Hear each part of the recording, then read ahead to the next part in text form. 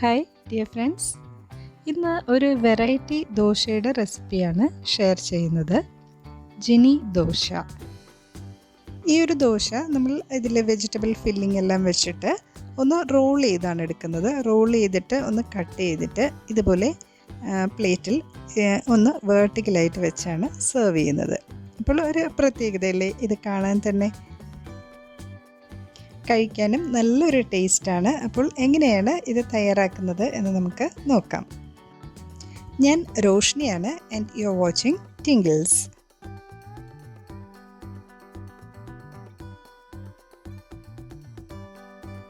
ഈ ഒരു ദോശയിലേക്ക് നമുക്ക് പാവ് ബജി മസാലയുടെ ആവശ്യമുണ്ട്. അപ്പോൾ നമുക്ക് പെട്ടെന്ന് തന്നെ എങ്ങനെയാണ് പാവ് ബജി മസാല തയ്യാറാക്കുന്നത് എന്ന് നോക്കാം.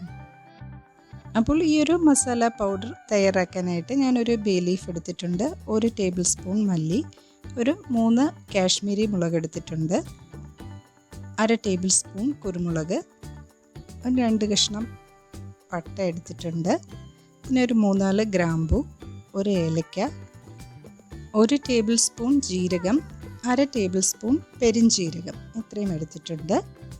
ഇതുകൂടാതെ 2 പീസ് പച്ചമാങ്ങ ഉണക്കിയതാണ്. മാങ്ങ ധാരാളമായിട്ടുള്ളപ്പോൾ നമ്മൾ ഒന്ന് കട്ട് ചെയ്ത് വെയിലത്ത് വെച്ച് ഇതുപോലെ ഉണക്കി സൂക്ഷിക്കാറുണ്ടല്ലോ, അതാണ് 2 പീസ് ചേർത്തിട്ടുള്ളത്. അതിന് പകരം ഡ്രൈ മാംഗോ പൗഡർ വാങ്ങാനായിട്ട് കിട്ടും, അതായാലും മതിയാവും. നമുക്കിത് ലോ ഫ്ലെയിമിൽ വെച്ച് ഒന്ന് ഡ്രൈ റോസ്റ്റ് ചെയ്തെടുക്കാം. അപ്പോൾ ഈ ഒരു മുളകൊക്കെ ഒന്ന് കട്ട് ചെയ്തിട്ട് കൊടുക്കാം. ബേ ലീഫും ഞാനൊന്ന് കട്ട് ചെയ്താണ് ഇടുന്നത്. ഒരു തണ്ട് കറിവേപ്പിലയും കൂടെ ചേർക്കുകയാണ്. ഇനി ഇത് നന്നായിട്ടൊന്ന് ഡ്രൈ റോസ്റ്റ് ചെയ്തെടുക്കാം. ആ മല്ലിയൊക്കെ നല്ല മൂത്ത മണം വരുമ്പോൾ നമുക്ക് ഫ്ലെയിം ഓഫ് ചെയ്യാം. ഇനി ഇത് നന്നായിട്ട് തണുത്തതിന് ശേഷം ഇതുപോലെ മിക്സിയിൽ പൊടിച്ച് എടുത്തിട്ടുണ്ട്. അപ്പോൾ ഇതാണ് നമ്മുടെ പാവ് ബജി മസാല. ഓക്കെ, ഇത് എയർ ടൈറ്റ് ആയിട്ടുള്ള ഒരു കുപ്പിയിൽ അടച്ചു വെക്കുകയാണെങ്കിൽ ഒരുപാട് ദിവസം കേടുകൂടാതെ ഇരിക്കും.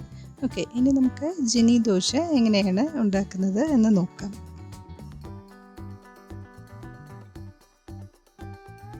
ഇനി ഇതിലേക്ക് ആവശ്യമുള്ള വെജിറ്റബിൾസ് ഏതൊക്കെയാണെന്ന് നോക്കാം. ക്യാപ്സിക്കം എടുത്തിട്ടുണ്ട്, ഇതുപോലെ ചെറുതായിട്ട് കട്ട് ചെയ്തിട്ടുണ്ട്.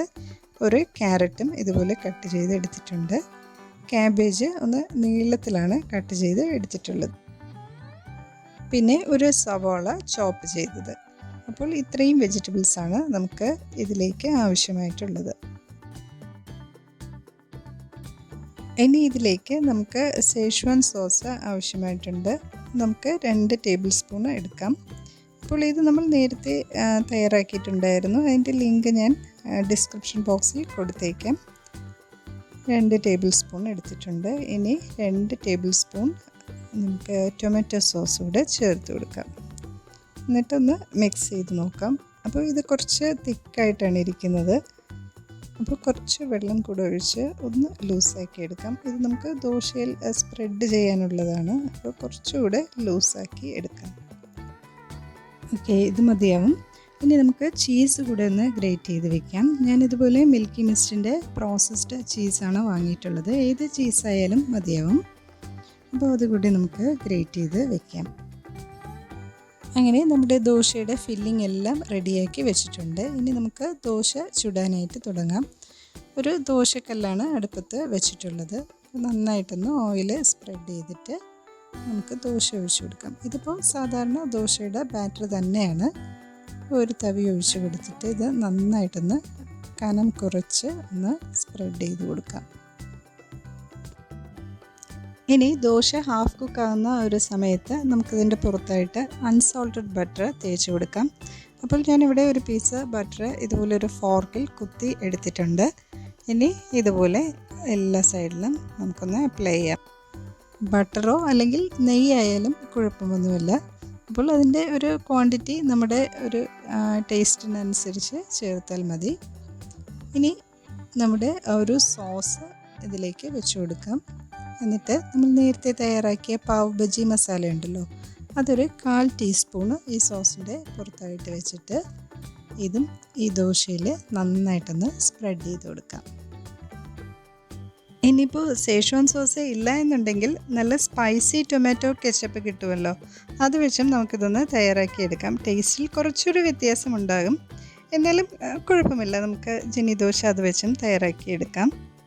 ഓക്കെ, ഇതിപ്പോൾ നമ്മൾ നന്നായിട്ട് സ്പ്രെഡ് ചെയ്ത് എടുത്തിട്ടുണ്ട്.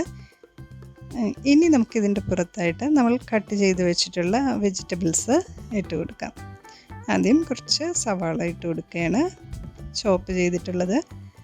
പിന്നെ നമ്മുടെ ക്യാപ്സിക്കം, ക്യാരറ്റ്, ക്യാബേജ്, ഇതെല്ലാം നമുക്ക് ഇതുപോലെ കുറച്ച് ഇട്ടാൽ മതിയാവും. ഇനി നമുക്ക് ഗ്രേറ്റ് ചെയ്ത് വെച്ചിട്ടുള്ള ചീസ് ഇട്ട് കൊടുക്കാം. ഇതുപോലെ ഒന്ന് സ്പ്രെഡ് ചെയ്ത് ഇട്ട് കൊടുക്കാം.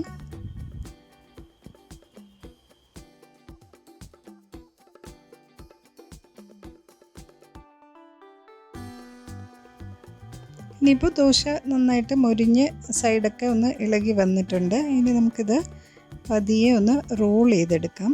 ഇതിപ്പോൾ നല്ല ചൂടാണ്, അപ്പോൾ ഞാനൊരു സ്പൂണ് കൂടെ വെച്ച് ഒന്ന് റോൾ ചെയ്ത് എടുക്കുകയാണ്. ഓക്കെ, വളരെ സൂക്ഷിച്ച് ഇതുപോലെ ഒന്ന് റോൾ ചെയ്തെടുക്കുക. ഇനി ഞാനിതൊരു കട്ടിംഗ് ബോർഡിലേക്ക് മാറ്റിയിട്ടുണ്ട്. ഇനി നമുക്കിത് 2 പീസോ അല്ലെങ്കിൽ 3 പീസോ ആയിട്ട് ഒന്ന് കട്ട് ചെയ്തെടുക്കാം. ഞാനിതൊരു 3 പീസായിട്ടാണ് കട്ട് ചെയ്തിട്ടുള്ളത്. ഇനി ഇത് നമുക്ക് ഈ ഒരു പ്ലേറ്റിലേക്ക് ഒന്ന് ഇതുപോലെ ഒന്ന് വെർട്ടിക്കലായിട്ട് വയ്ക്കാം. ഓക്കെ, അപ്പോൾ ഈ ഒരു രീതിയിൽ നമുക്ക് ഒരു ദോശയും കൂടെ ഒന്ന് റെഡിയാക്കി എടുക്കാം.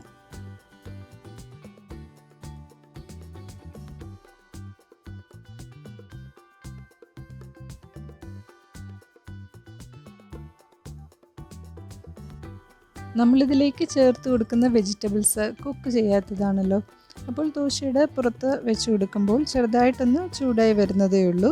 അതുകൊണ്ട് തന്നെ നമ്മളിത് കഴിക്കുമ്പോൾ നല്ല ഫ്രഷ് വെജിറ്റബിൾസ് കഴിക്കുന്ന ഒരു ഫീലും കൂടെ കിട്ടും. ചീസ് ഒന്ന് മെൽറ്റ് ചെയ്ത് വരുന്ന ആ ഒരു ടൈമിലാണ് നമ്മളിത് ഫോൾഡ് ചെയ്ത് എടുക്കുന്നത്. ഫോൾഡ് ചെയ്തല്ല, നമ്മളൊന്ന് റോൾ ചെയ്തെടുക്കുന്നത്. ഓക്കെ,